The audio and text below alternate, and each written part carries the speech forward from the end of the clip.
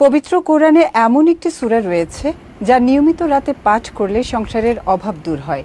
এই সূরায় মহান আল্লাহ কিয়ামত, আখিরাত, মানুষের ভাগ্য, জান্নাত, জাহান্নাম এবং আল্লাহর বিচার সম্পর্কে আলোচনা করেছেন। বিস্তারিত সৈয়দ নওশাদের ডেস্ক রিপোর্টে। কুরআন আল্লাহর বাণী, যা পাঠ করলে হৃদয় প্রশান্ত হয় এবং আত্মা পরিশুদ্ধ হয়। কুরআন পাঠে প্রতিটি অক্ষরের জন্য 10 নেকি সওয়াব দেওয়া হয়। পবিত্র গ্রন্থটি যেমন আমাদের আখিরাতের ঢাল হিসেবে কাজ করবে, একইভাবে দুনিয়াতে সফলতার জন্য কুরআন পাঠের কোনো বিকল্প নেই, যার একটি ফজিলতপূর্ণ সূরা মক্কায় অবতীর্ণ সূরা ওয়াকিয়া। ওয়াকিয়া শব্দটির অর্থ ঘটনা। এই সূরায় কিয়ামত সম্পর্কিত বিপর্যয়ের বর্ণনা প্রদান করা হয়েছে, যা সকল মানুষ একদিন অবধারিতভাবে দেখতে পাবে।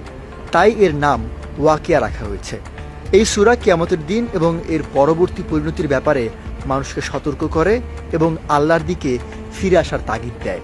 আব্দুল্লাহ ইবনে আব্বাস রাদিয়াল্লাহু তাআলা আনহু থেকে বর্ণিত, একদিন আবু বকর রাদিয়াল্লাহু তাআলা আনহু বলেন, হে আল্লাহর রাসূল, আপনি তো বৃদ্ধ হয়ে পড়লেন। তখন নবীজি সাল্লাল্লাহু আলাইহি সাল্লাম বললেন, হ্যাঁ, আমাকে সূরা হুদ, ওয়াকিয়া, মুরসালাত, নাবা এবং সূরা তাকওয়ির বৃদ্ধ করে ফেলেছে। এই সূরা পাঠ করলে কখনো অভাব আসে না। আব্দুল্লাহ ইবনে মাসউদ রাদিয়াল্লাহু তাআলা আনহু তার মেয়েদের প্রত্যেক রাতে এই সূরা তিলাওয়াত করার আদেশ করতেন। তিনি বলেন, আল্লাহ রাসূল সাল্লাল্লাহু আলাইহি সাল্লাম বলেছেন, যে ব্যক্তি প্রতিদিন রাতে সূরা ওয়াকিয়া পাঠ করবে তাকে কখনো দারিদ্র্য স্পর্শ করবে না।